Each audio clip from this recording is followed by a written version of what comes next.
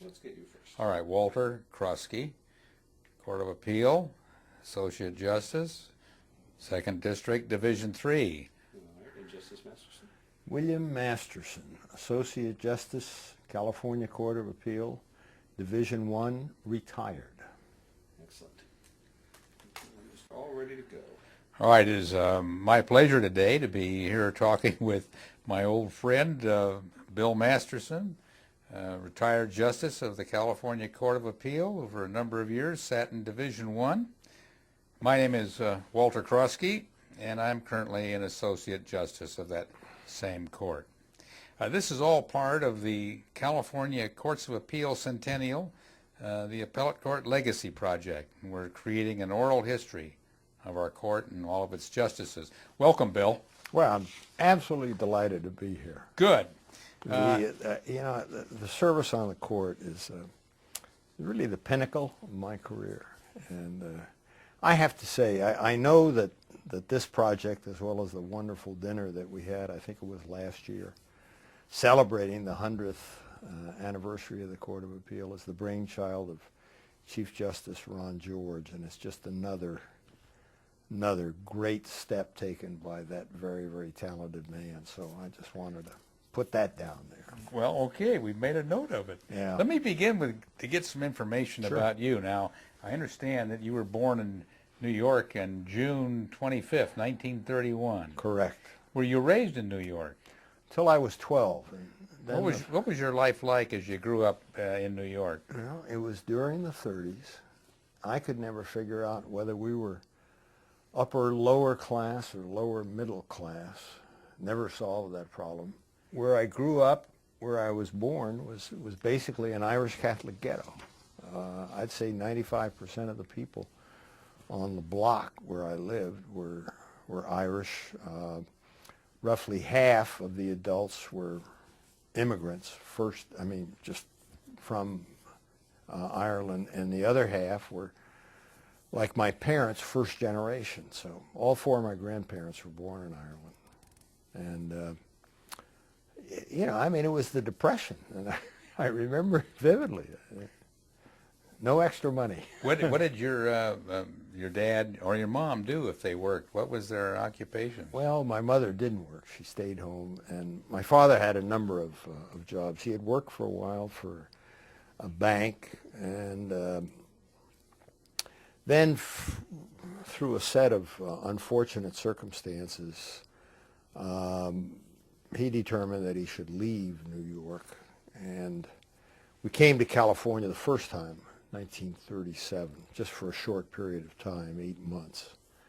And then we went back to New York, and after that he sold insurance until we left in April of 1943, right in the middle of the Second World War, and then moved out to Hollywood, where the rest of the growing up was. Do you have any particular vivid memories of what it was like in your first 12 years when you were in New York? Anything stick out that you remember or think about sometimes? It was not an easy time to grow up. It was a difficult place. Our fortunes were no different from those of many others. There really were no supermarkets. There was a neighborhood grocery store. The good memories I have of spending time with my two older brothers and playing stickball on the streets, where our sporting equipment was limited to a broom handle and a slightly used tennis ball. That's it. I can't look back and say, God, just how wonderful it was. We went to camp and things like that. That was not on our economic plate. Okay, well, when you came out to California, you were about, 12, 13 years old? 12 years old. All right. Whereabouts did you and your family settle? Right in the heart of Hollywood. And the schools you went to were? I was born Irish Catholic, black belt Roman Catholic. And I had gone to a Catholic grade school in Queens. And then when we came out to Hollywood, I went to Blessed Sacrament High School, which is right in the heart of Hollywood. And life was better out here at that time. During the Second World War, Los Angeles was very favorably affected by the economics of the war. I mean, employment was much better than it would have been where I had grown up in Queens. And so, I mean, fortunes improved. Fortunes improved. At that school, was there any subjects that you excelled in or that you particularly enjoyed? I've always been able to talk. So, and probably my best subjects were English and history. And, they involve words. That's always been my strong suit. Did there come a time when, in going to high school, that you decided you wanted to go to college? There's no question. There was never a question in my mind, but that I was going to college. Was that something that you generated, or was that inspired by your parents? No, I generated it. You wanted to see that you could do something, and you needed to go to college as far as you were concerned in order to do it? Well, a little more complicated than that, Walter. When I was 15 and a half, my oldest brother was killed in an accident. He had been drafted right at the end of the Second World War, and spent 13 months, came back out, and was killed in an accident riding on the back of a motorcycle. The thin fabric that held the family together dissolved in light of that catastrophe. Parents were divorced. Basically, my father, God help him, disappeared for pretty much for parts unknown when I was 15. I had one surviving brother who was 17. But really a bizarre circumstance. I sort of emerged as almost the head of the family, if you will. And so I started working full time at that time. I was in Loyola High School, a local Jesuit high school here. I had won a scholarship. They had an entrance exam, and I don't know, I think there were hundreds took it. I came in and won one of the 9 scholarships. So getting back to your original question about college, I was in a place that was very, very difficult for me, and I was pretty young at the time. And I knew the only way I was ever going to get to a better place would be if I got an education, because no one was going to die and leave me money, and I wasn't good looking enough to get into the movies or anything like that, so education was the key. I noticed you mentioned Loyola High School. Yes. Had you transferred from Blessed Sacrament High School? Well, Blessed Sacrament was a grade school. All right. See, I was in the 6th grade, I think, when I came out here. And Okay. I So took you the went to 9th. Loyola High School after Blessed Sacrament. That's correct. Okay. That's correct. And you went to UCLA. Oh, yeah. How did you decide to go there? The decision was made for me. In those days, the citizens of California, in effect, were making bets on people that if they made what was, for all intents and purposes, a free education available, that all of us who were the beneficiaries of that move, we'd pay it back and increase taxes and everything. I couldn't think about going anywhere other than the University of California system at that time. They were on the semester system, and I remember my freshman year, it was $39 a semester. That was it. Later went up my sophomore through senior years at UCLA to $41 a semester. But that was it. So what I did was, the $39 was a little less than a week's pay at the job I had. And are you sure you want to hear all of it? Oh, sure. In fact, I was interested. Did you work while you were in Oh, college? God, yeah. Yeah, I What started, kind of a jobs did you have? well, I'll finish just the college thing, and then I'll go back to when I started work. in college, I'd pay the fees, and then I'd sign up for my classes, and I'd figure out the classes I went to where I didn't have to buy the books, and when I had to buy books, I went down to a college bookstore and bought the used books that had underlining and notes written. And I never had a new textbook in college; they were all used, but. You know, you don't complain about it. You play the hand you're dealt. And So- but you did work. What kind of Okay, jobs well, did you hold? Well, I started working, God, I think I was 16 or 17, and I got a job as a truck loader and a truck driver for an outfit that had a string of restaurants in the Southern California area. And my mother had gotten a job there. What I would do would be, you know, from high school I would hitchhike. They didn't have a car or anything. I'd hitchhike there and get there at 3:30 or so. And then my job was to assemble loads for the trucks that would come in at night to make deliveries out to the restaurants for the next day. And I'd work until I was 10 or 11 o'clock at night and go home, go to bed, and get up the next morning, go to school, do the same thing over again. 6 days a week. It was full-time work. And what was your major at UCLA? What History. did you Ended up being history. Yeah. And how did you do? Oh, I was a very good student. I was a very good student. And and I had some recognition. In my first year, I had saved money. And I left the job that I had at the grocery or restaurant outfit. And God, sometimes some of these things are difficult to talk about. I haven't talked about this in years, really.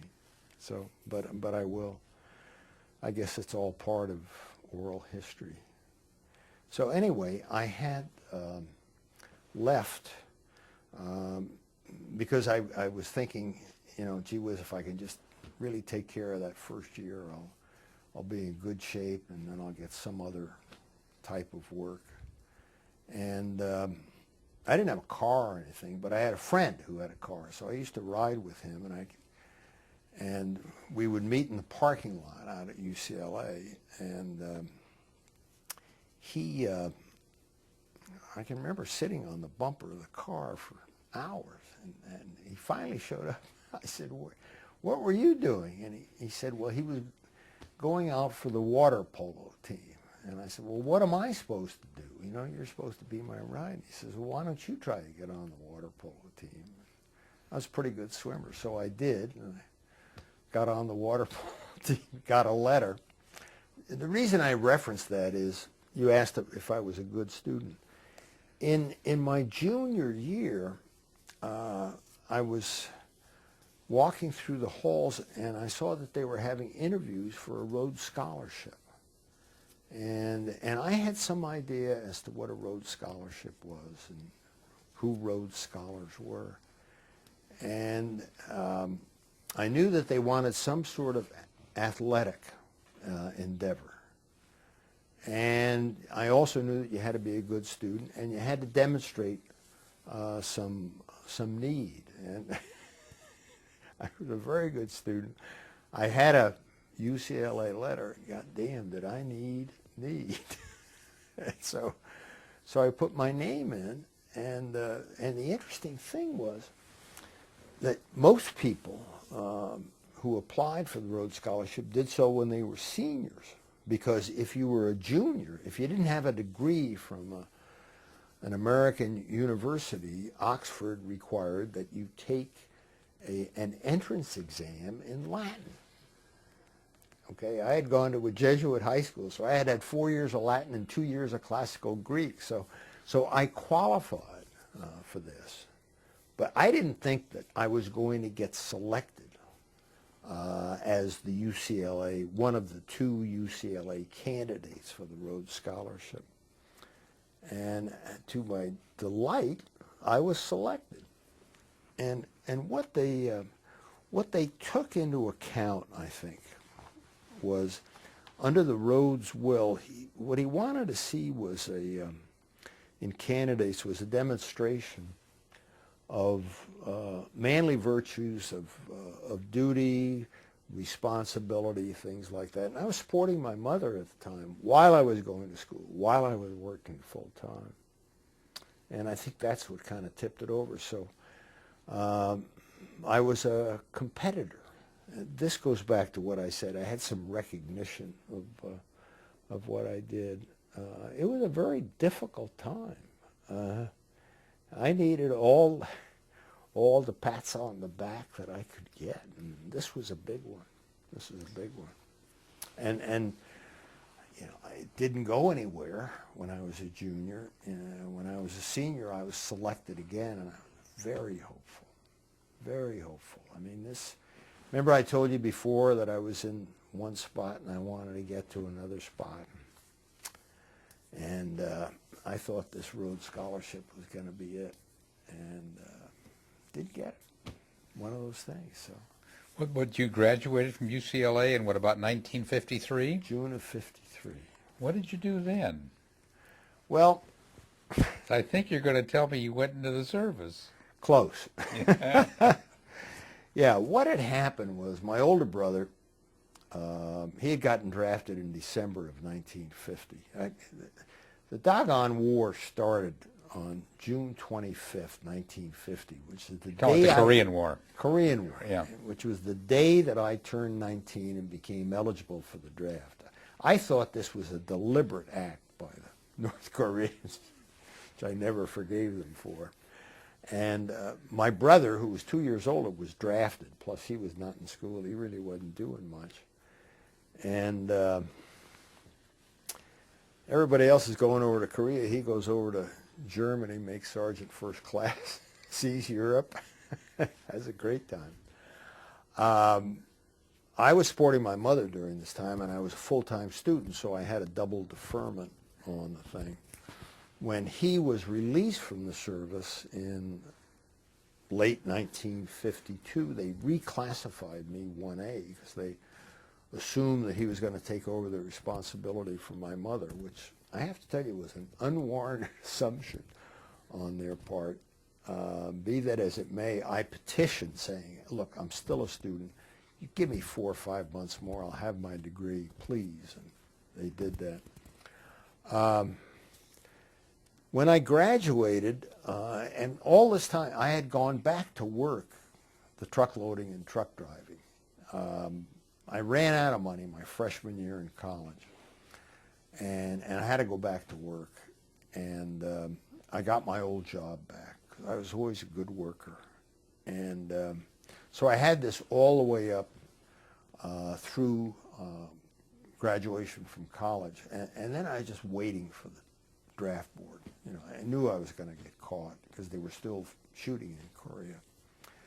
And a fellow who had been my boss at this outfit, who was the factory manager, always liked me and appreciated what it was I was trying to do. And he had gone with another company, and he needed somebody to wear a coat and tie as an assistant supervisor in their restaurant outfit. And he came by one night when I was working and offered me the job. And I thought, hot dog, you know, I get to wear a coat and tie. I don't have to work with my hands anymore. It was interesting. So I did that. Draft board picked me up November 16th, 1953. And I got drafted, went up to Fort Ord. You went in the Army. Oh, yeah. Okay. And I looked in your bio, and it said you made corporal, so you must have stayed more than 2 months. High rank. Now, I spent 21 months and 19 days.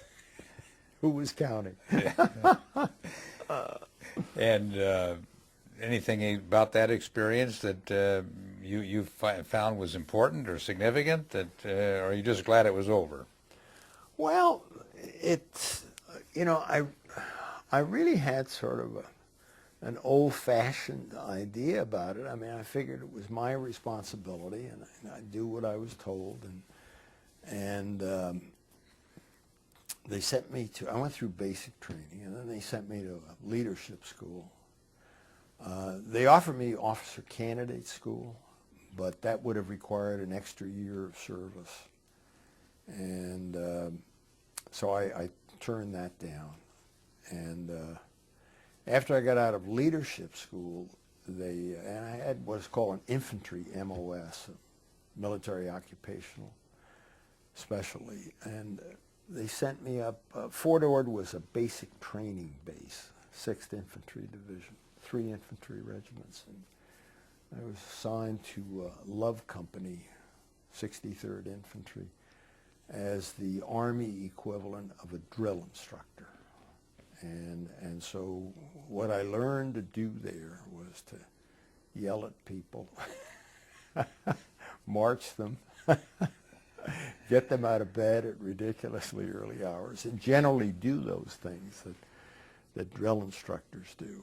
And I think I was fair. I hope that I was fair, but obviously rough, because that was part of it, and if you weren't, the officer would get on your case.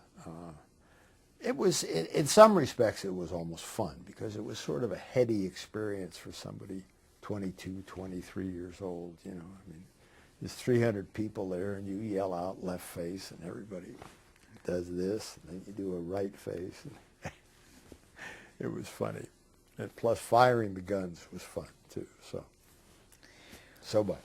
Well, in September of 1955, did you start law school? Yeah. And it was UCLA? Yeah, at UCLA. I had, before I became a drill instructor, I had been in a replacement company, and there were some lawyers there, people who had gone through law school. One of them had been in practice for a year, and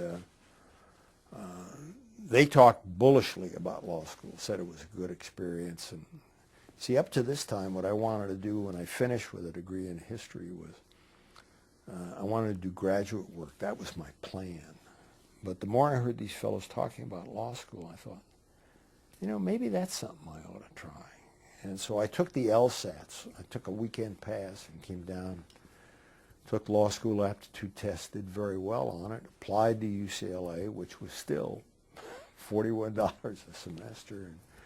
And so I showed up. I got out of Fort Ord and checked into law school 5 days later with a ridiculously short haircut, the remnants of my $200 mustering out pay, 3 civilian shirts, 1 pair of civilian pants. That was my net worth. Was it motive to go to law school something that you hadn't that you acquired while you were in the service, just talking to these people? Precisely. You hadn't thought about doing that before? I really had not.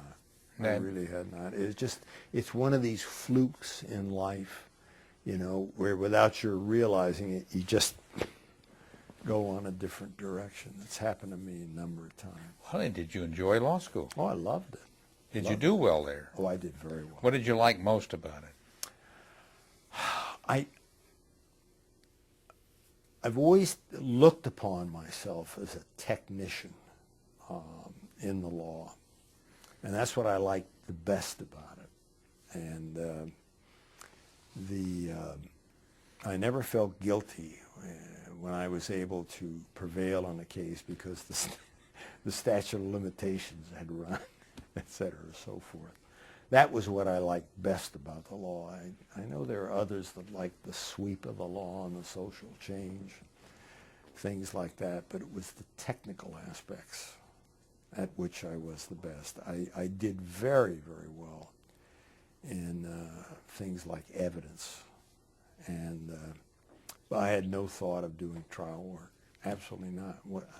What I wanted to do, again, indulging the interest for the technical, was I remember being absolutely fascinated by a course in creditors' rights in the operation of the then bankruptcy code. And I was totally fascinated by that. And so And what I'm leading up to is I just really wanted to be an office lawyer, you know, and handle chattel security and mortgages and things like that. That was the When idea. you went to law school, you apparently did well enough to make law review. Oh yeah, and COIF when I graduated. And which is a great honor. Mm-hmm. When you were on law review, what did you do there that you particularly liked? Well, really not much. You were on the editorial board. I was on the editorial board. I wrote a couple of case notes, and I think I had an unpublished comment that to this date has not been published. Having a hard time remembering what it was about. I was still working when I went to law school too. So, How many hours a week were you working in addition to going to law school? well, I had the GI Bill. So, my first year, I worked nights. I parked cars at a restaurant on the Sunset Strip. Honest to God, Walter, I'm not making this up. But there was a fellow who was a senior at law school, and there was a restaurant on the Sunset Strip called Bit of Sweden. It was one of these Swedish smorgasbord things. They had a small parking lot, and he wanted to have some time off during the week, and it ended up that I was doing it like 4 or 5 nights a week, and it was all tips from people. But at that time in that place, tips were pretty good. And he took a cut. I forget what his percentage was. But I had that job during the week. And then on weekends, I worked for a private detective on surveillance, sometimes following people in divorce cases to see when the lights went out after they had gone into the hotel or what have you.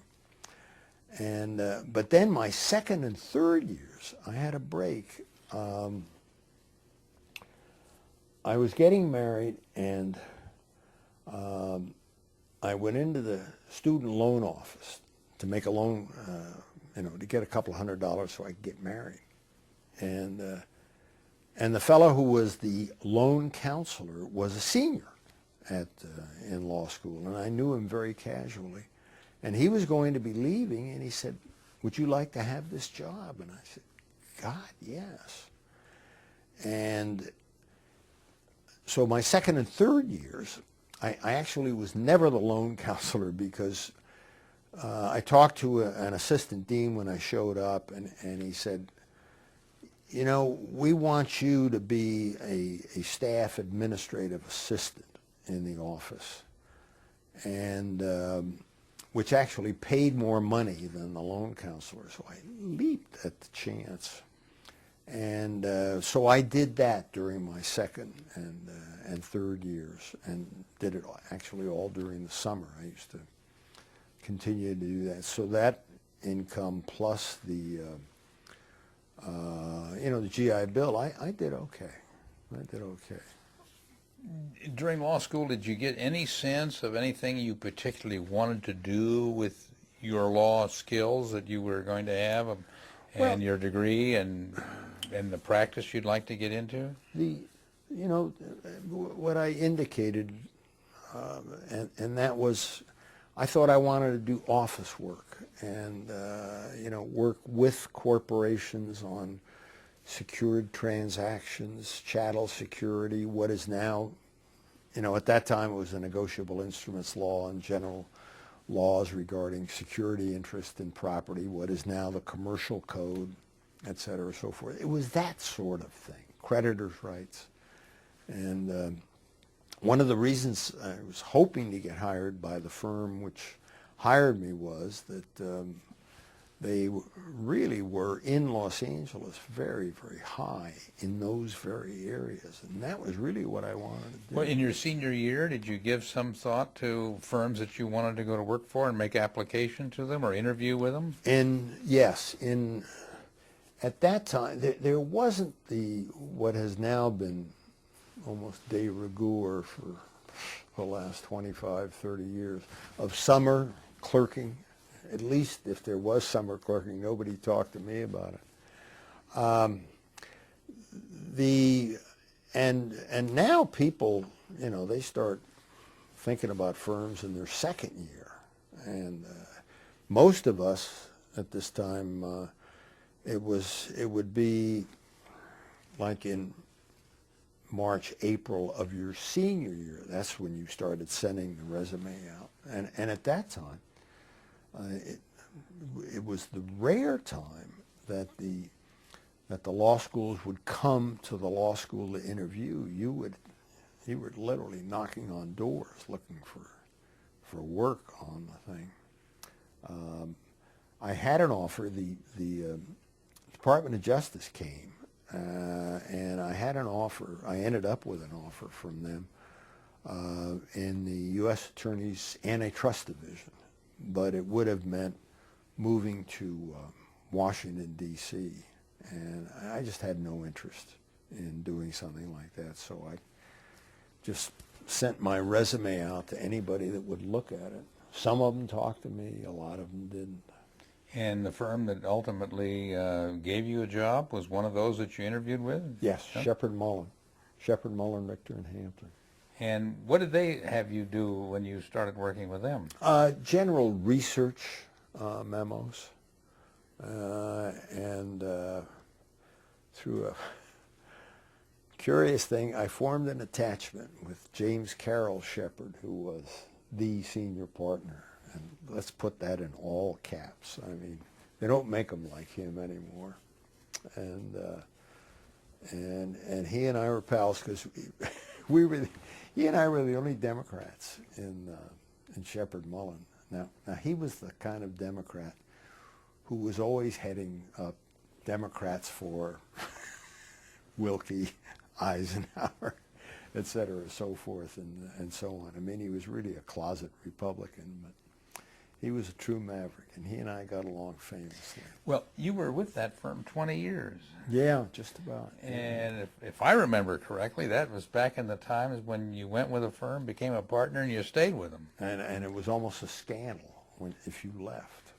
Yeah. So during that 20 years, tell us about the practice that you engaged in and what you did. You became a partner, and just tell us about that. Let me give you the edited version. And what it was, as I say, I had this desire to be an office lawyer, and I had no thought of courtroom. And I started doing research memos, and there was a very large case where Shepard Mullen came into it, and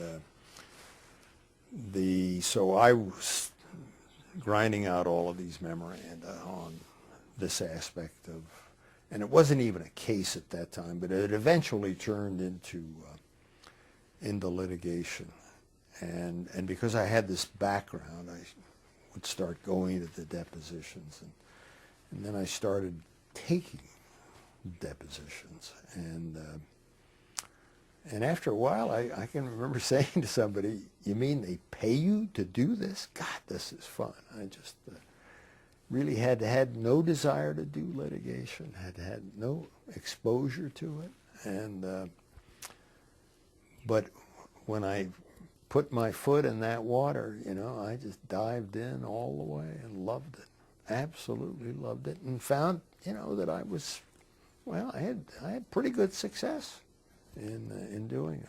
So you found yourself almost by accident, I guess, in a trial practice. Once again, one of these flukes, you know. All right, and you liked it. Uh-huh. What about some of the cases you had during that 20-year period? Do you remember any of them particularly? Oh, God, yeah. I had a 6.5-month jury trial representing a company against a fellow who had been one of the original organizers and who claimed he had been cheated out of stock.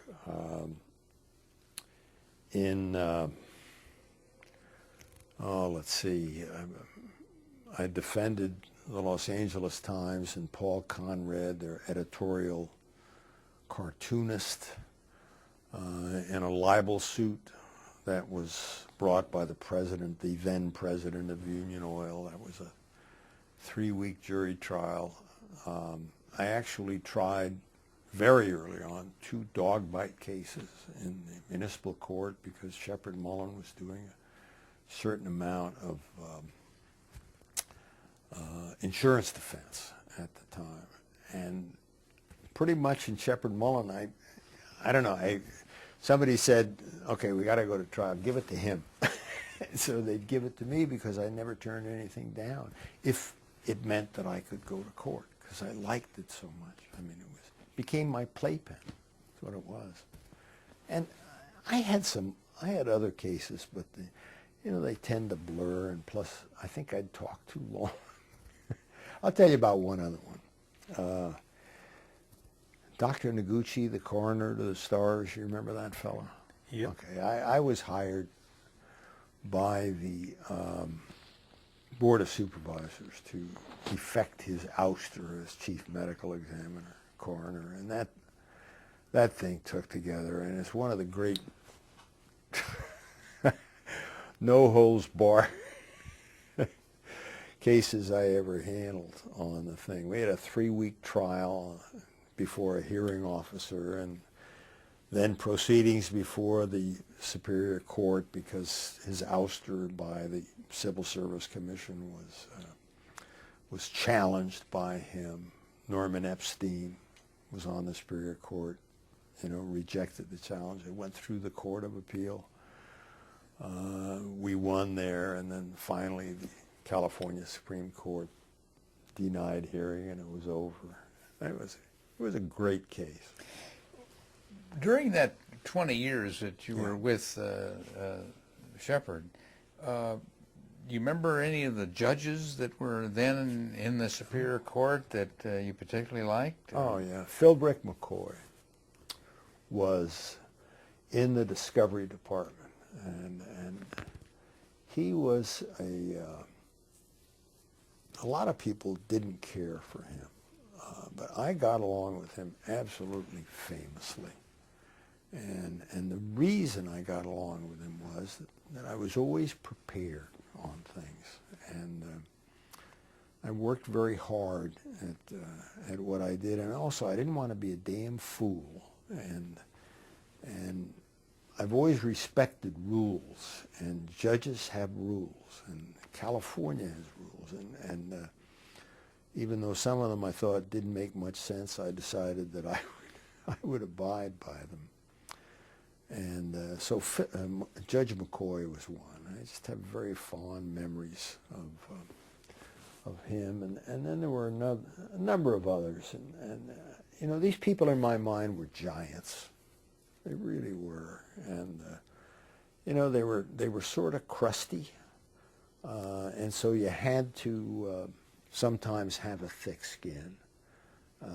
But also a memory that, they're doing what they have to do because they've got a lot of things to process. The interesting thing was there was a certain sameness to the judges. I mean, it would all reflect sort of this mildly impatient attitude toward you. Also, which is very different from today. I mean, they were all male whites. And I'm not saying that it's better today, that we have a mix, some diversity in the bench. But it was a good time to practice. It really was. Good time for me. Well, in 1979, you decided to change firms. How did that come about? I had been looking at what later became known as the phenomenon of the national law firm. And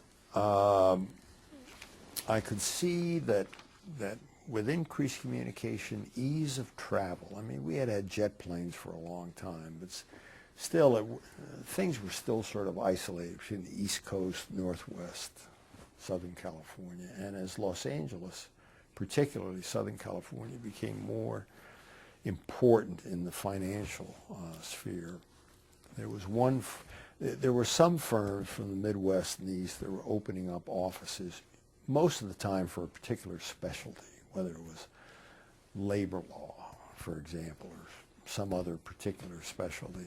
But I just figured it was just, in almost no time, there was going to be more, as I said, the so-called national firm with different offices. And I thought that would be an exciting thing to do. And plus, there was something else. The best way I can describe it is in my family. My mother died when I was 42 years old. And up until the day she died, she called me Billy. Now, I have to tell you, apart from my mother, since the time I was about 16, no one called me Billy. All right? You grow up in a place. And the people, not only who are above you, but are on the same level, will always think of you in terms of who you were on the day when you first showed up for work. Now, your skill, your business-getting ability, your ability to generate revenue may be far greater than theirs, but they never think of you as to what you are today. They will remember you there. So that was another circumstance. And there were some things, I don't mean to say anything adverse about Sheppard Mullins. A wonderful firm. It was then. It still is. But there were some structural things at the firm that I didn't care for. And I thought, you know, maybe I ought to make a move. And that's what I did. And how did you happen to select Rogers and Wells? I had a friend who was a senior partner there.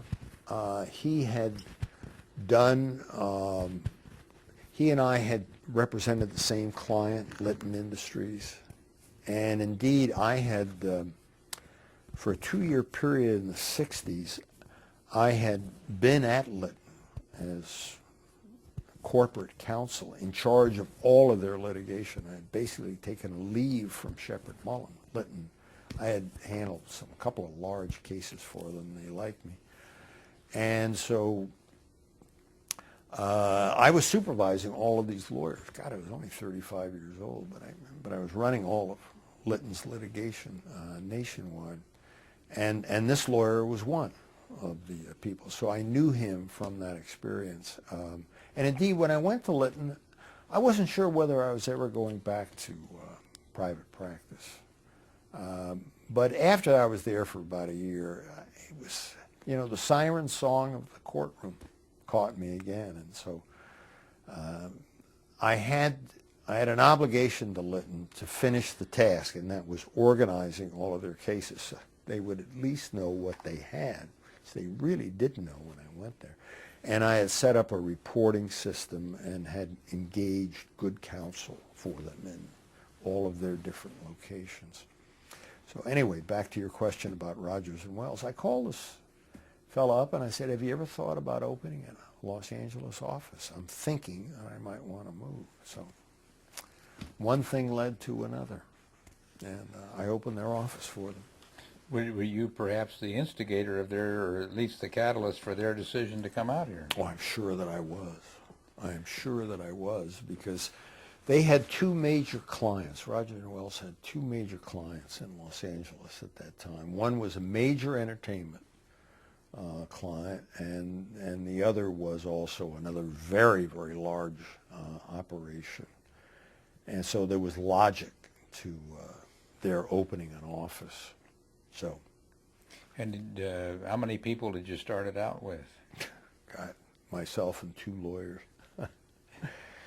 And in less than 3 years, I had 35 lawyers in the operation. And we had broken into the black after 75 days and were very, very profitable for the entire time that we were there. Do you have any special memories about the 4 years that you spent with Rogers and Wells? Yeah. The biggest memory I have is disappointment, because it became evident to me after a while that while there were some that thought the idea of a Los Angeles office was great, and they really wanted to work with it and share clients, that this was not the majority view. That there were people who liked the idea of an office better than the actual having of the office. And I finally had to realize that this is just not going to work. You know, I didn't want to just be a profit-making endeavor, sending money back east, but unable to take what for me was the next logical step in terms of expansion of the operation, the addition of more specialties, larger offices. We really had the potential to become a major powerhouse to challenge existing law firms in Los Angeles, but I knew that it just wouldn't happen. And again, I don't want to be critical of Rogers and Wells, but that's just my memory of it. Did their involvement in Los Angeles end in some way? Well, eventually it did. It ended a couple of years later. Well, in 1983, I think it was, you went to a new firm. Yeah. Skadden Arps. Yeah. How did you happen to select them? Well, I didn't. I didn't select them. What happened was that I think Skadden first made a pass at me in either 81 or 82. I waved off the first pass because I was still hoping that the Rogers and Wells thing was going to improve. But when the second pass came, at that point I said, I'd be happy to talk to you. and so I started talking to them, and the more I saw them, the more I liked, and plus by this time, Walter, I was a lot smarter on this thing than I was when I went with Rogers and Wells, and so there were things that I wanted that if they weren't going to give it to me, I wasn't going to go with them. And one of the principal ones was, are you going to send people from New York or Chicago or wherever you've got other offices out to Los Angeles? And they said, well, that's our plan. And they said, how do you feel about that? I said, I got to tell you, if you're not going to do that, then let's finish our nice dinner and never see one another again. I mean, there were things like that. I wanted them to not really put your money where your mouth is, but something like that. I wanted to have a tangible demonstration that they were really serious about having an office. And, sure, I was still taking a risk, making a bet, but God, it paid off wonderfully in terms of that relationship I had with them. Well, you spent 4 years with that firm. 4 or 5 years. Yeah. And during that time, were you still focusing on litigation, or were you more focused on growing their practice in all kinds of specialties? No. By this time, one of the reasons I wanted to leave Shepherd Mullen was I really thought I knew something about management of a law firm, and I think I proved it with Rogers and Wells, given the tremendous success that we had. I mean, if it had just been a local law firm, this would have been an absolute bonanza. But you know what it is? It's the old story, God, give me what I need, not what I ask for. I soon found that being, the senior partner, running the office in a law firm is really not what it's cracked up to be. I mean, you got to solve everyone's problems and spend a lot of time listening to complaints instead of practicing law, doing what you really want to do. I mean, there's certain benefits to it, obviously. The money is great, but so anyway, when I went with Skadden, they asked me, basically what they said was, you know, that they would really look to me to be in a leadership role, but how would I feel? You know, I mean, if they and I agreed to have someone else. And I said, geez, that's fine with me. Just tell me when. I don't have to be managing partner. And they sent some absolutely outstanding people out to the Los Angeles office, and it's just an unparalleled success. They're doing so well.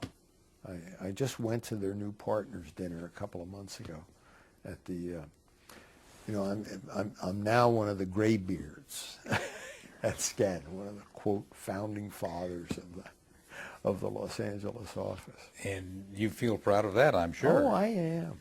Yeah, it's just terrific. But were you able to spend much time in active litigation while you were with them? God, yeah. Anything about that you remember that? Well, it wasn't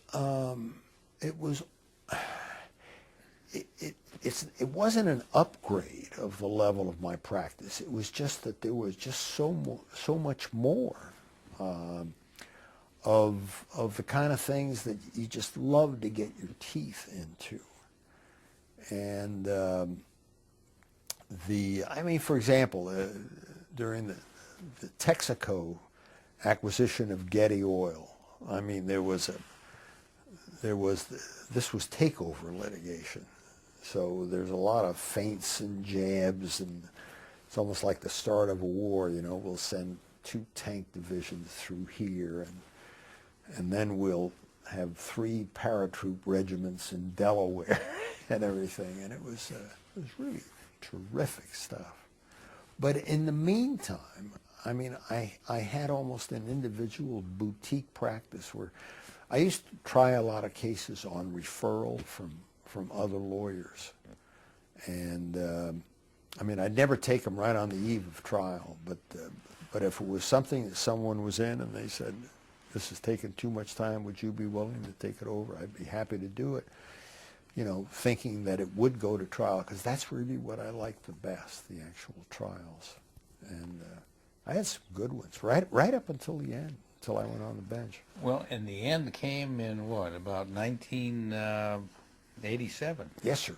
December 31st of 87. And that's when you went on the court. Yeah. And when did you first start thinking about doing that? I'll tell you exactly when. The last jury trial I had in Orange County was in the spring of 1985. And it was a 3-week trial. Gibson Dunn on the other side. It was a plaintiff's case, commercial business litigation involving a busted loan deal. A lot of money involved. And I mean, it was 3 weeks living in a hotel near Disneyland, trying in the Santa Ana Superior Court. And it was the typical 18-hour days. You know, you try the case all day, you go back to the hotel, you're on the phone putting out fires in other cases. Then you go out to dinner with the client and with the witnesses for the next day, and all you do is you talk business during dinner, so you end up with indigestion. Then you get back to the hotel room. The daily transcript from that day is there. You got to read that to see what holes are left. And then you have to go over your notes for the examination of witnesses for the next day. And then you get into bed and it's about 1 o'clock and the room is spinning because you have just been revving your motor for 18 hours. And you finally get to sleep and you get about maybe 4 or 5 hours sleep. You get up and you do the same thing again. Okay. After 3 weeks, we had a wonderful result. I mean, it was just professionally, you couldn't ask for any more. And the other side, it was an insurance company that was in the lending business. They paid up. Just and so the client was, they were overwhelmed. And I can remember the following week, at that time I was living out in the San Gabriel Valley, and I don't know, my wife was off somewhere, and I was sitting out in the backyard by the pool, and by this time I had my children educated. I had 4 children. And I remember the question came into my mind, why am I continuing to do that? Because, you know, those trials, they take a lot out of you, both physically and emotionally on the thing. And then I started thinking about doing something else.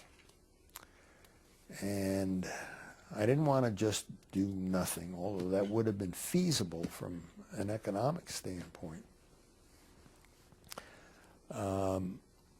And then I got the idea of, you know, well, what about the bench? And I had never really thought about that. I mean, I knew people in law school who were in law school because they wanted to be judges. I was not one of them. And if I was out at a cocktail party or a dinner party or something, and somebody knew what I did for a living, you know, I got asked the question more than once when they'd say, well, have you ever thought about becoming a judge? And I'd say, why would I want to do a silly thing like that? I said, it's too confining. And, you know, no, I just would have no interest in that. And I think something, it's not that with age comes wisdom, but certainly you get a different view of things. And by the time we're talking about, I was in my mid-50s.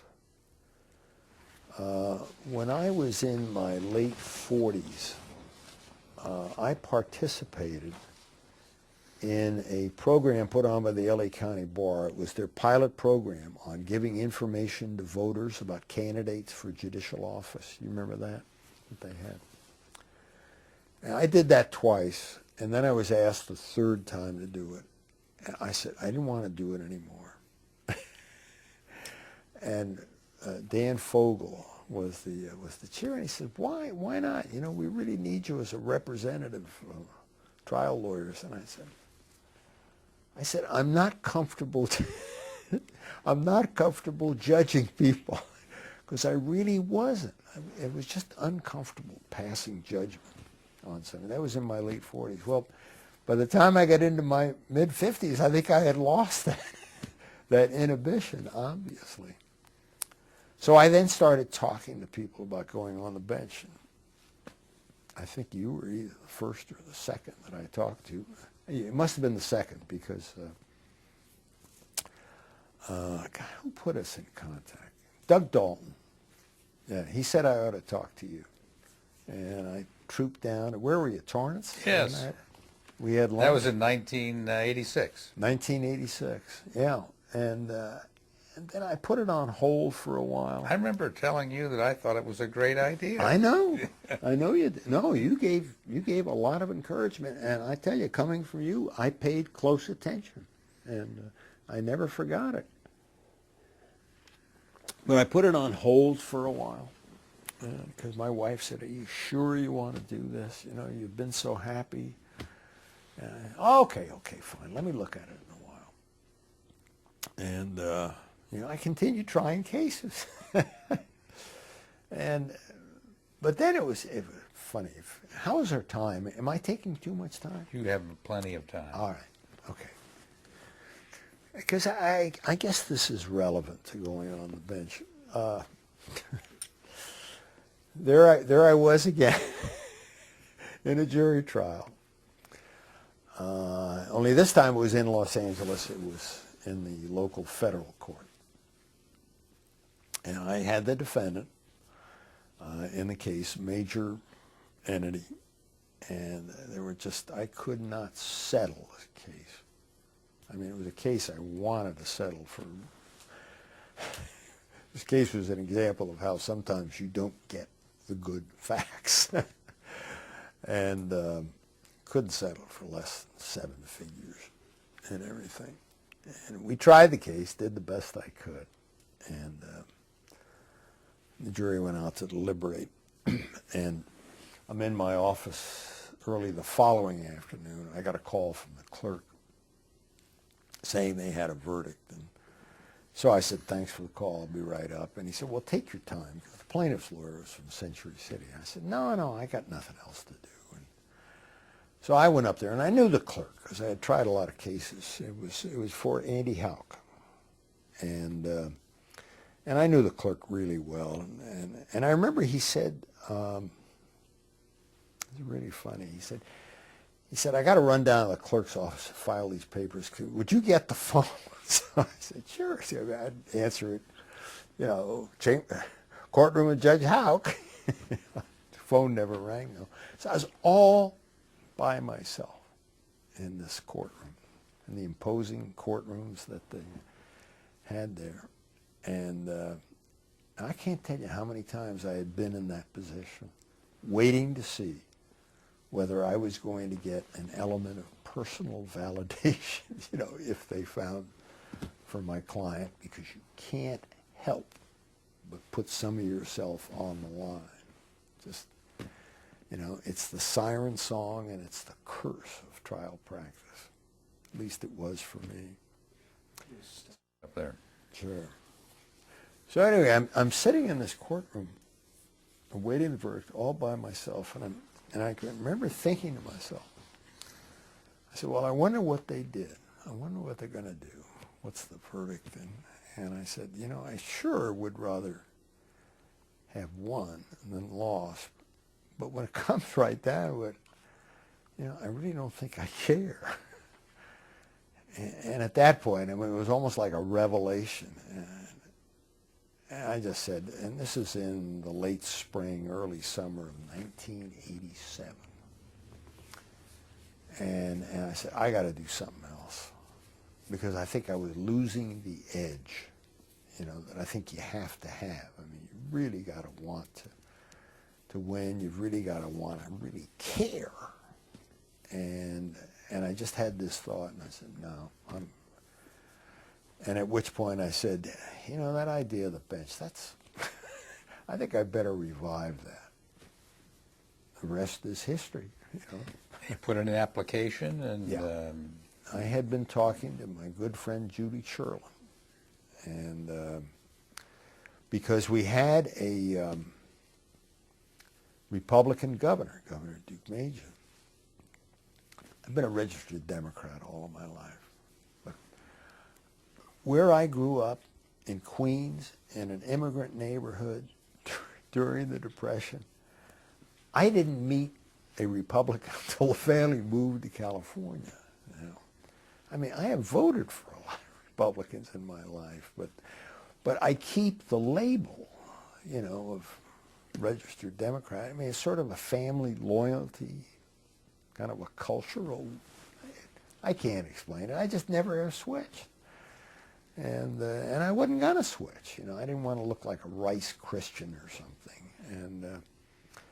And I was assured by Judy that probably wouldn't make a difference with me.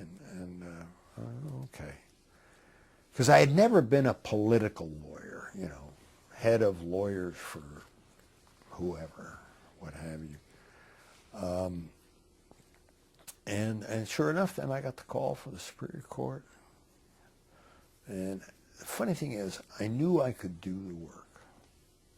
I mean, I'd spent a lifetime in a courtroom. And the only thing was, I didn't know whether I'd like it or not. I had an idea from the way you talked about it and from others. I mean, I talked to Chris Markey, who a classmate in law school, Harry Hupp over in the federal court, and other friends that I had who were judges. And but I was taking on faith whether I would like it or not. But I thought I would. But I was confident that I could do the work. And the only thing I didn't know was how much I would love it. God, what a... Ooh. Well, you went on the court in December of 1987. Yeah, actually And- sworn in January 5th of 88, All right. as a matter of fact. What was your first assignment? To the dependency section of the juvenile court. And how did you like that?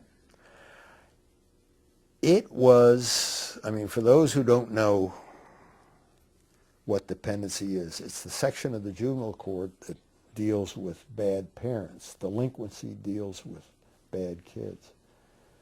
And I tell you the truth, I had no idea what dependency did. I mean, it was just, I had never practiced in that. And my first boss was, well, this is embarrassing. She's over in Roger Bourne's division. Japanese-American gal. Kathy Day Todd? Catherine Doy Todd. I mean, I should remember that. And if she ever sees this, I apologize. A senior moment right before you. She was the supervising judge. And I don't think she...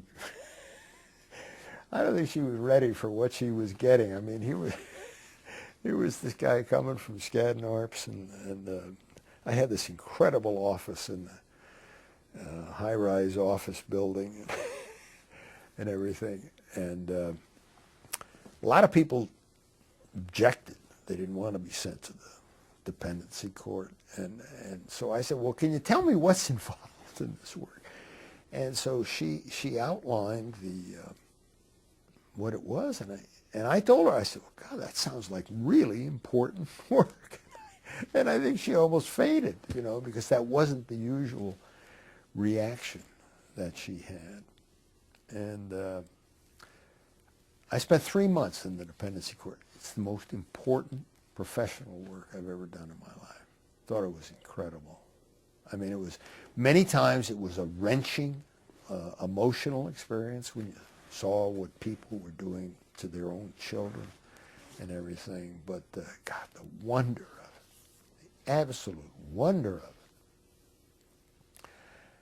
When I left work that day, every day I could truthfully say to myself that that day I had saved children. Where do you get that? Other than in work like that. God, it was really something. I mean, I didn't save the world or anything. I had saved some children, given them a chance. When you left there, where did you go? I went to criminal night court, felony court.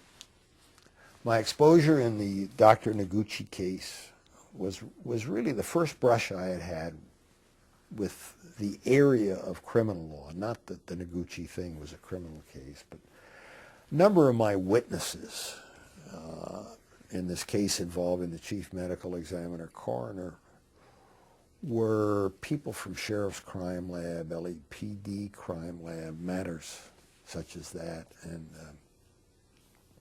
I hadn't had any exposure to criminal law since I had left law school, where you had the mandatory 1 year. And I wanted to try my hand at it. And I made that plain to both Jack Gertson, who was the then PJ, then he was soon replaced. He went to the Court of Appeal, and he was replaced by Skip Byrne. And so Skip knew that I wanted to do criminal work, and they had an opening in night court. So I showed up, and I had my the first felony jury trial I saw in my life. I was the judge. That was a hoot. Yeah, how long did you stay there? There for another 3 months, and then they sent me to a felony day court, and that's when I started getting the big-time felony.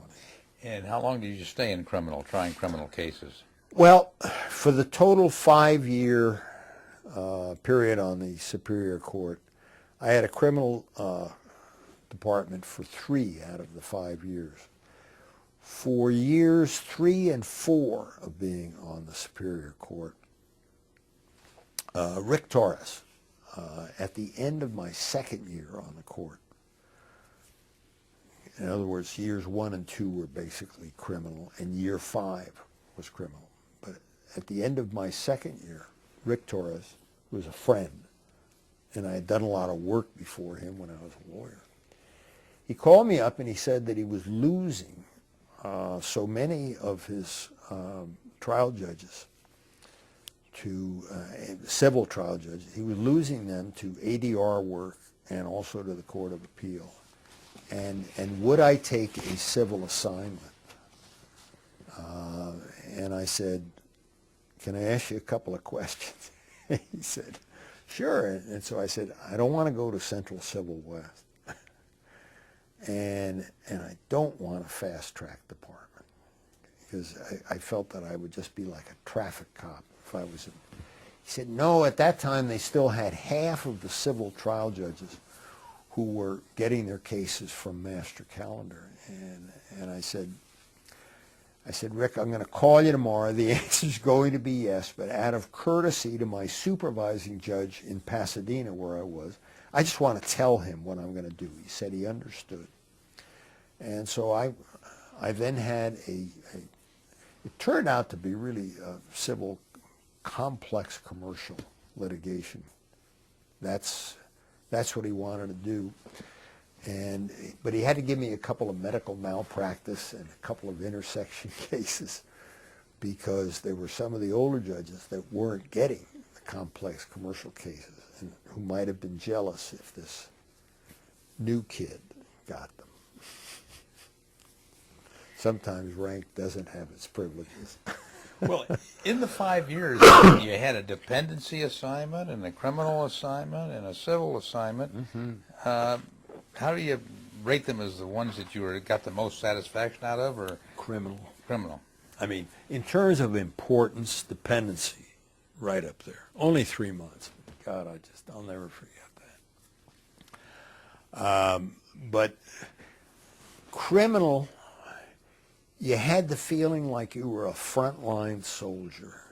You know what I mean? I don't mean to be excessive or dramatic or anything, but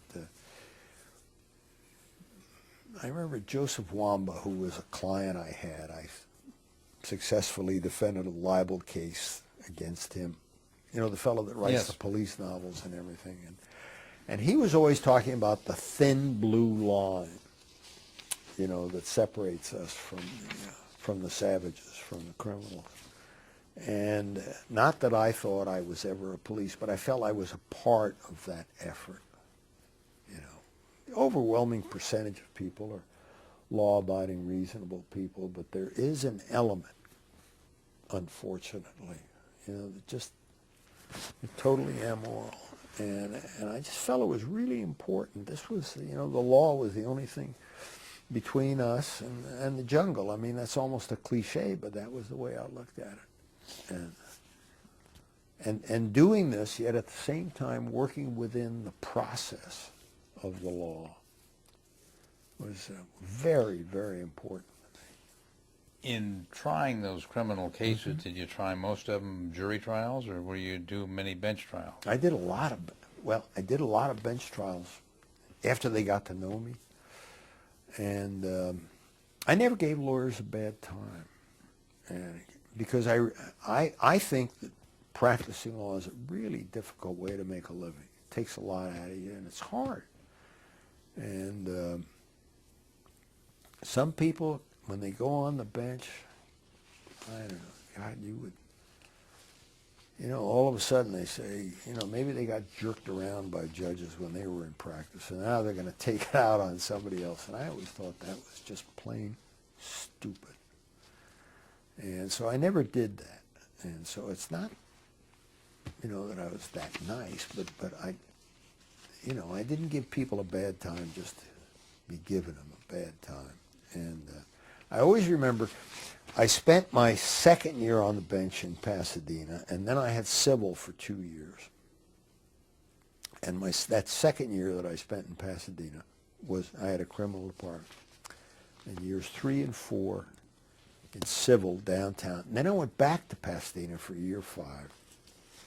And when I went back to Pasadena for a criminal department, because I had wanted criminal again, they put on a luncheon for me, and it was sponsored by the district attorneys, the public defenders, and the private lawyers that did court-appointed work. One of the nicest things anybody ever did to me, you know? All of them on both sides. God, I just love that. Chinese restaurant, the food wasn't that good, but I was just really pleased to have that done. Nice. Well, I know that you went to the Court of Appeal. Yes, sir. How did you decide that that was something you wanted to do?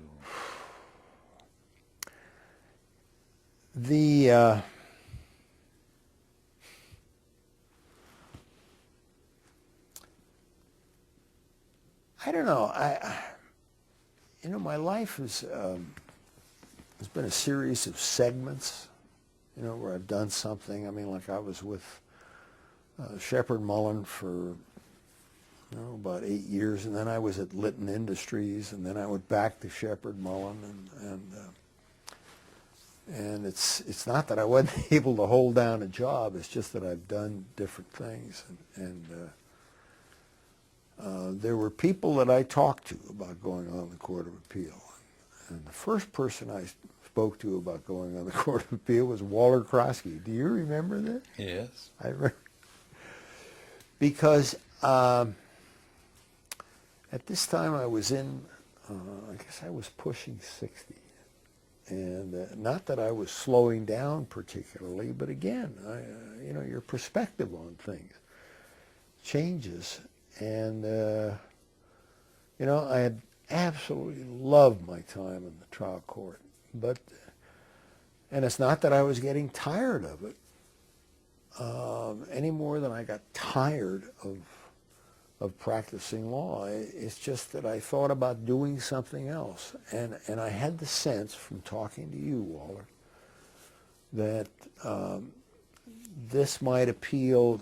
I mean, it's obviously on the Court of Appeal more of an intellectual endeavor. I think in a trial court, your people skills count for 90% of what you do. But up here, there was more of the intellectual challenge, and I think that sort of was it. And plus, I thought, the quality of life might be a little better. Maybe didn't have to be there 5 days out of the week, so long as you kept your production up. Mixed bag of motivations, as it is with so many things. Well, you did get to the Court of Appeal. Yes, sir, I did. In January of '93. I did. Yeah. And you were assigned to Division I. Yes, sir. Where you were enrolled there. How did you like that? Oh, it was great. I loved it. I had done a lot of writing when I was a lawyer. I had a couple of clerks that were just sent from heaven. Research attorneys. And I always thought, if I could have taken those guys out with me into private practice, we each would have made millions of dollars. I mean, they were that good. We had a very congenial group in my chambers there. And it was really interesting, and occasionally, you'd get a case that you'd get all excited about and want to do something particularly good on it. And there was one of them that was in that nice folder that they sent me in preparation for this. So anyway, I loved the time in the Court of Appeal. It's very good. What kind of cases up here, because your practice has been so varied, both in experiences so varied in both as a lawyer and as a trial judge, how do you see the things that you did up here on the Court of Appeal in that juxtaposition? It's I mean, roughly half of my load was criminal on the Court of Appeal, so that was obviously different, but the subject matter was the same as my time in criminal on the Superior Court. I mean, it was different, but it was the same. The thing that I think about when I think about the Court of Appeal is that it was much more like being back in private practice, where I was the senior partner and my research attorneys were the younger partners. And yeah, I'm running the show. I'm responsible for the product, but it's a cooperative effort between me and one of them on, quote, a case, and then with the other one on a case. It was sort of like that, and it worked out great. Did you enjoy it as much as you did trial work? Well, no. I mean, the answer is no, because, you know, being a Superior Court trial judge is the best job I ever had in my life. I mean, it challenged every part of you.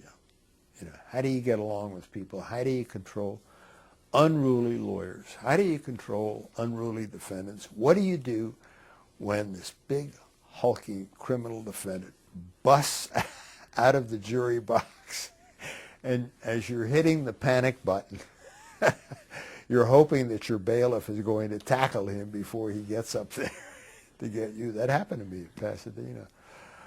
I didn't do anything. I mean, but the guy hadn't had his medication that morning, and he just went berserk on the thing. So I don't know. The trial court was an adventure every day. Plus, everybody laughs at your jokes when you're a trial judge. So anyway. Well, I'd like to get a flavor from you then, if you look back over this whole career. Yeah. Because I'll get to the rest of it in a minute, but just from the trial practice you had all those years as a lawyer, and then as a trial judge, and then as a Court of Appeal judge, how do you judge that in its entirety, and how do you value it, and what was most important to you in terms of the things that you wanted to do as in the legal profession? God, you know, when I went on the bench, I knew that I had tried every kind of case that I ever wanted to try. And as importantly, I had also tried some I didn't want to try. So I never looked back, okay? When I went on the Court of Appeal, you know, I had done that treasured time. You know, frontline soldier, you know, 3 years in criminal. And so I go on the Court of Appeal, didn't look back. Didn't look back and say, oh, I missed the trial court. I mean, of course I missed the trial court. I mean, there were things that happened, some near terrifying, and some grossly horrible in terms of some of the cases. But overall, it was an incredible human experience. Really human experience. Then I retired. Because I finally got to the point where I said, well, I think I've done this long enough. And I became eligible for a pension. And I thought I could continue on here and thought about it. But then I thought, I mean, one of the things is my wife and I wanted to go somewhere else to live. And we want to live on the ocean. So, but that's kind of hard to do, just to pick up after being, a whole lifetime in one area. How do you make that decision? God, Walter, I'm kind of rootless in some ways, and I think it probably has something to do with growing up. I mean, there was, I haven't gone into everything with you on the growing up, but I never really sank roots down. Things were kind of tangled when I was growing up, so I never really got that attached to places. To people I would, some people. So, when I just picked up and went, that's what I did. And you bought some property up in Mendocino County, Yeah, and built a home up there? Yeah, right on the ocean. But you've also engaged in private judging. How did that come about? I retired in June of 2000, and my thought, and we had bought our lot and hired architects, and my anticipation had been that we would retire, load the dogs into the cars, and then drive up and start building. But my wife had a business, a photography business. She's a gifted fine art photographer. And she wanted to spend another year in Southern California. Obviously, I know when to give in. So we spent the extra year. I didn't think I wanted to do ADR work. I mean, I wasn't sure what I wanted to do, whether it would be volunteer work or who knows. But yet I didn't want to just sit around, waiting for her to come home or what have you. And so I thought, well, all right. So I just sort of waited I let it be known that I was available for the ADR work. And I just waited for the phone to ring. I didn't do any idea of merchandising. Would have found that tacky and distasteful. And the phone rang often enough. And to my surprise, I found that I really enjoyed the work. I mean, it was, the funny thing is, it's like having a succession, and particularly when I do only arbitrations, I don't do mediations. It's almost like having a succession of jury waiver civil cases involving really complex, challenging issues, really challenging. And it's absolutely fascinating. And where you actually sit on the case and you guide it through, and you make up your own code of civil procedure, letter motions, shortened times for reply, and then telephone conferences. And I'll go through a final and almost an entire case with lawyers. And I never even look at them or see them until I fly down to Los Angeles for a hearing on the thing. Really fascinating, fun work. And some of the cases you have are, you can't talk about them because arbitrations are confidential. But some of them are just excellent cases. Well, something I haven't asked you about, Yes, sir. You've just indicated occasionally that I would like to ask you about is your family. Okay. You had a wife and 4 children? 4 children. Tell us about them. Oldest son is in his late 40s, and he is a professor of classics, Latin and Greek, and is a faculty member at Victoria University in Wellington, New Zealand. Second child, oldest daughter, is Mary, and she is in her mid-40s and is probably the world's best mother, and at the same time is very, very successful executive in the banking industry.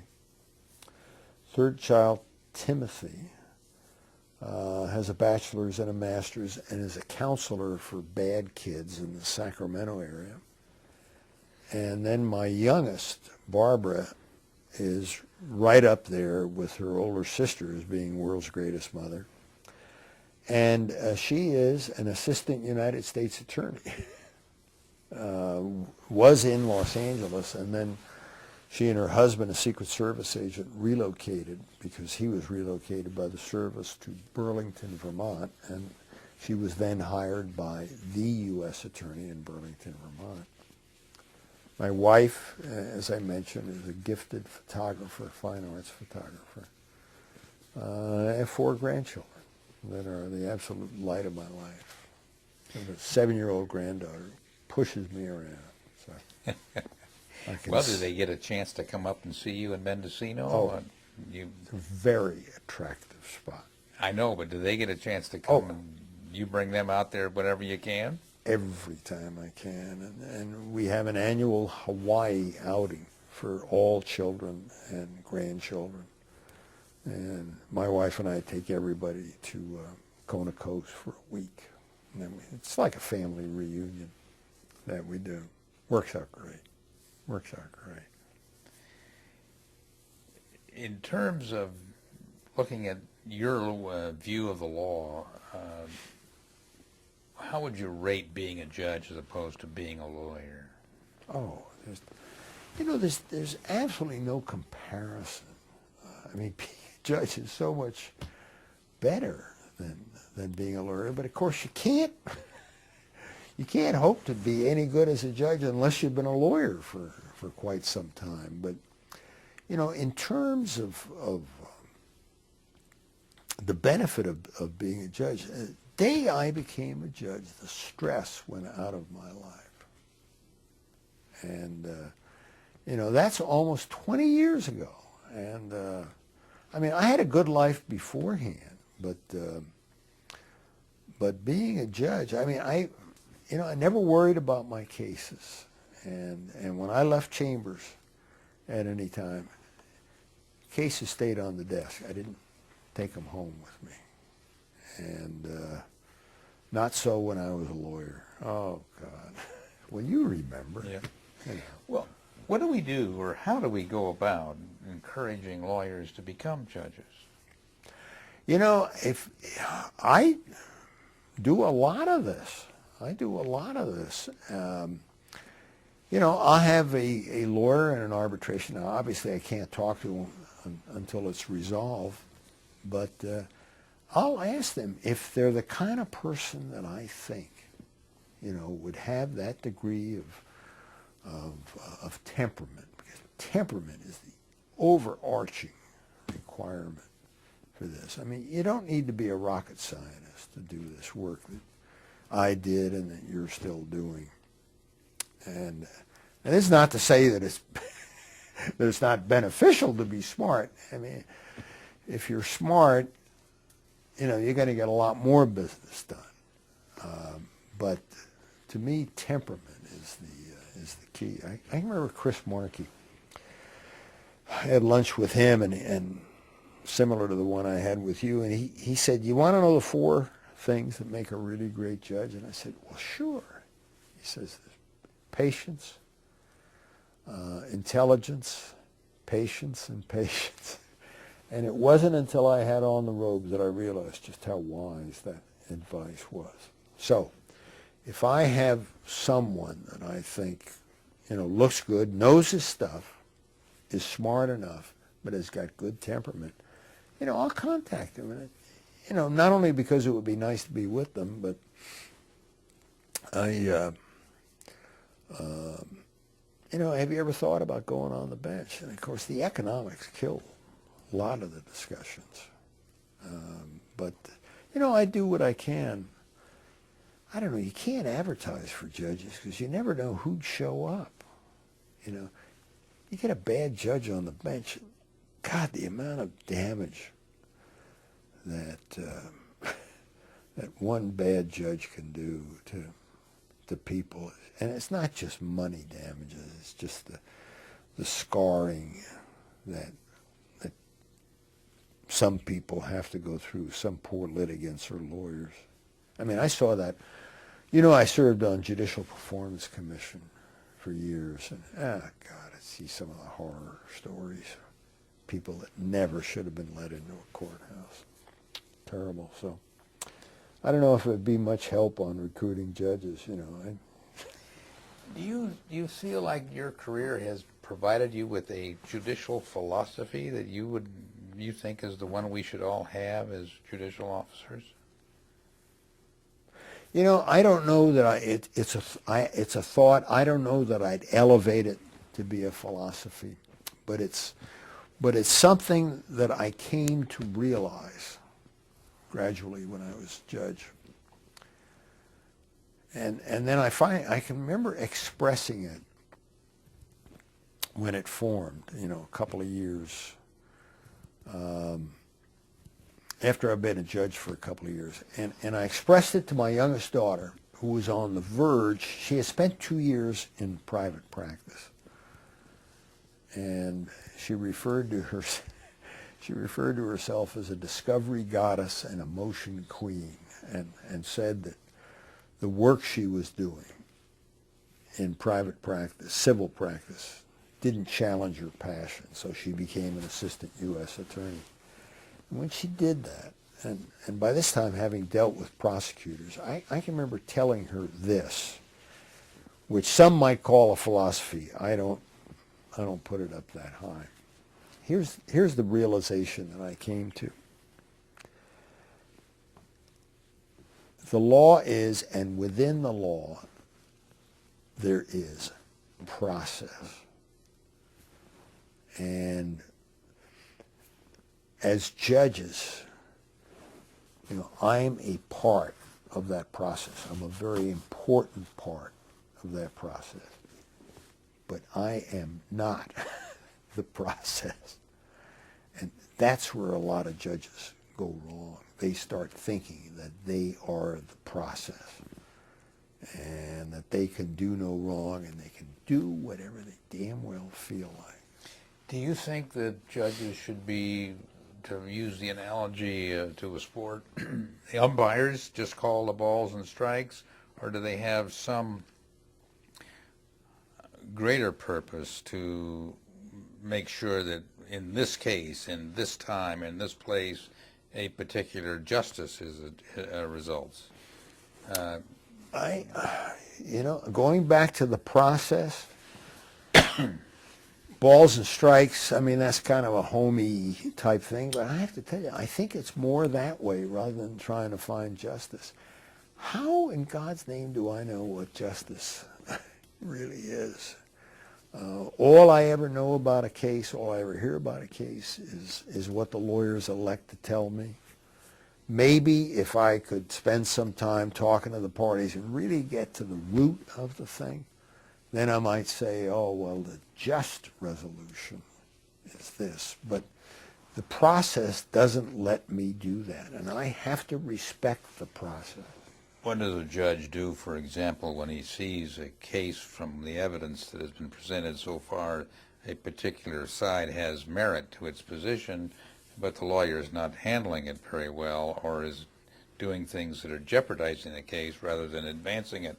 We've all seen that example in front of us. How does a judge approach that? Follows the process, and the process says that you're not supposed to take sides, and you're not supposed to try somebody's case for them, and all you can do is utter a prayer for the person who had the bad fortune to hire this lawyer.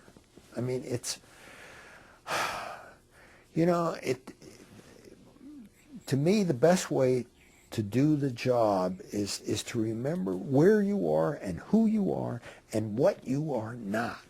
You're not some kind of a mini-god, going to take care of everything. You're still a human being, and you're supposed to just try to do the best you can to follow the rules. And the rule is the process, and that you are part of the process. Early in this conversation, you said something about almost like it was serendipity. You turned this way. And exactly. That turn that brought you into the law, are you glad it happened? Oh, no question about it. Oh, I got to tell you something. I've had one of the best lives of anybody I know, and I never really thought it was going to end up this way when I was, kind of in my teens. I'm the first one in my college, first one in my family to ever graduate from college, and. I had no idea. I'm in a constant state of gratitude and have been for quite some time about where I was fortunate enough to end up. And what else? I can't think of anything else that I could have done that would have been as good to me as going into the law.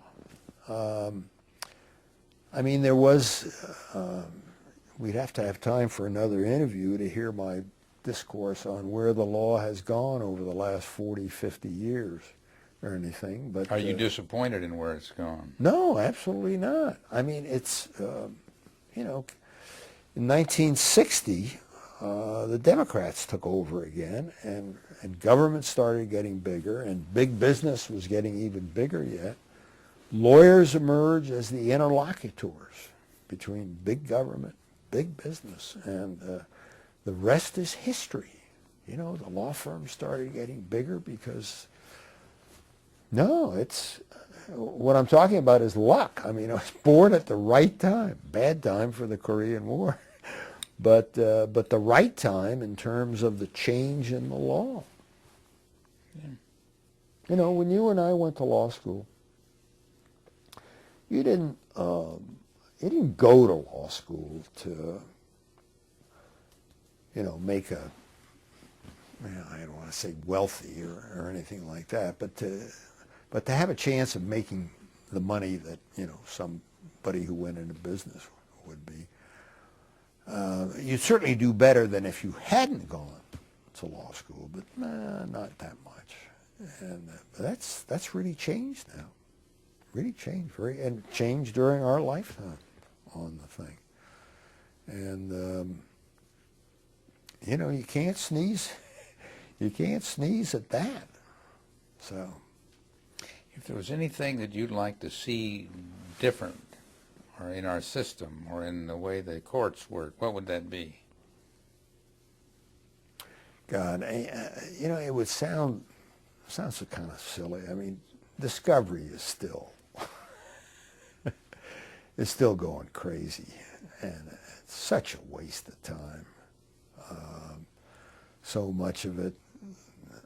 You know what I do with depositions when somebody wants them in an arbitration? I talk to them about what are the points that they want to elicit, and then I turn to each side and I say, guess what, folks? You know, they'll say, oh, we need to take 25 depositions. And the other side said, well, we need at least 15. So I said, I tell you what, this side here, I said, you have 18 hours for depositions. And they asked me, you mean 18 depositions? I said, no, 18 hours. And you can take as many depositions as you want. If you can take 36 half-hour depositions if you want. And the other side, you get 18 hours, and you'll use that up by cross-examination. And one of you be the timekeeper on the thing. And after you do this, if you know, this is your allotted time. That's all you get. If you want more, you come back to me. And I may give you some more. I've been doing this now actively for 7 years. You know, nobody's ever come back to me. I just imposed limitations. I put up a gate on the thing. And, you know, Code of Civil Procedure doesn't put up the gate. You know, they've tried to do it with written interrogatories and things like that. We need to put up more gates because the cost of litigation is out of sight. Absolutely out of sight. Do you think judges should do more within the powers that are given them to control this? You know, I really haven't given it that much thought. It's really the legislature that ought to do something like this. If you ever get a legislature to move, I don't know what would happen if a Superior Court judge, in light of provisions in the CCP, said you have 18 hours of depositions and no more unless you come to me. Maybe they could do that. Maybe they could do that, unless there was a threshold showing that there had been some abuse or something. But the abuse is built into the structure. It's an abusive structure. I mean, it's just things like that. And then maybe we'd get back to having some trials, you know. I mean, I was talking to somebody, one of the other arbitrators on this case is a retired federal judge, and he was telling me that I think that they are now down to something less than 3% of their cases are tried. And, you know, it used to be 7%, and now it's even less. And they're trying cases on affidavits for direct testimony. I mean, the heart is going out of the system, unfortunately. But you and I were in it at a good time, and I think we should be thankful for that, don't you? I think so. Well, Bill, let me tell you that this has been very interesting. I'm wondering if there's anything that I haven't asked you that you'd like to comment on before we close this contribution of yours to the Legacy Project. I don't know, whoever put the materials together, for me, on this. They sent me a 3-ring binder with a number of my cases and everything, and God, I'd like to give them a medal or a hug, you know, depending upon their gender. And because, you know, 12 and a half years, they say, does any particular case stand out in your mind as a judge? And there was a case that in my 7.5 years on the Court of Appeal, I think it was in my 5th year, I had a case involving a shanking in the Los Angeles County Jail by a Hispanic gang. I think it was Nuestra Familia. 2 eyewitnesses that were, and it was right at the heart of the case. These guys saw it. And the trial judge had made an order that their identity need not be disclosed to the defendants unless and until these people were actually put on the stand as witnesses. And at which point I had a problem with that, thinking that maybe it might be useful if before trial the defendant's lawyers had some opportunity to do some investigation about these people. What gang did they belong to? Was there any reason? And I originally had, the case was assigned to me, and I wrote a majority opinion reversing this. And I couldn't get another vote. And so my majority opinion became a dissent. And I said, okay. You know, I didn't cry about it. I didn't rage. I didn't get mad at anybody. And on the day, my last day on the court, June 30th of the year 2000, the Supreme Court, which had granted review, issued an opinion reversing the Court of Appeal and adopting what I wanted to do. And yeah, I think I have it. And the reason I brought this, Waller, was you've been asking me about, you know, the process. And would you mind if I just read 2 paragraphs? No, go ahead. And I said, I close by referencing the majority statement that I have chosen by this dissent to elevate procedure over the witnesses' welfare, because they were worried about the witnesses getting knifed by Nuestra Familia. I say, the statement is colorful but inaccurate. I have tried to make it clear in the foregoing that what I advocate is not a procedure, but rather an adherence to a process which has served us well for generations. And then the closing paragraph.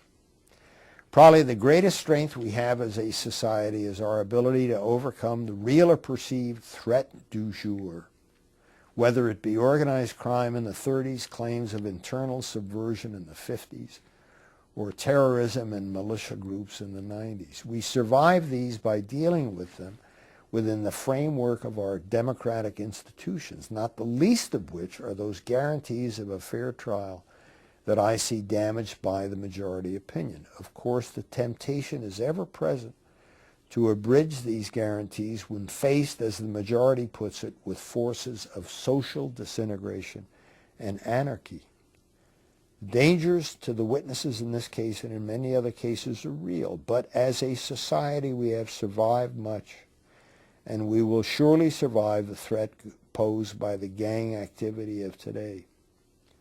The greater danger is if we overreact and accept an abridgment of liberty foreign to our history and tradition. For if we do that, we shall harm ourselves more than any gang or group of gangs ever could. God, I was so happy when the Supreme Court, they didn't quote that. I'm not suggesting that. They bought it. Well, that has relevance to the things we see today. Well, yeah. You know, I thought about that afterwards, and yeah, it's interesting. And, you know, things never really change. They just look different from time to time. So, gosh. Bill, Thank you very much. I sure I'm very talk a lot. glad that you had a chance to participate and be a Oh. part of Hey. the judicial process for the years you spent. Yeah. And I'm glad you had the time to spend it with us today. Make the time. I mean, I think what, and have thought for years, what the chief has been doing and is doing is absolutely terrific. God, we are so lucky to have him. Amen. Amen. Thank Okay. you very much.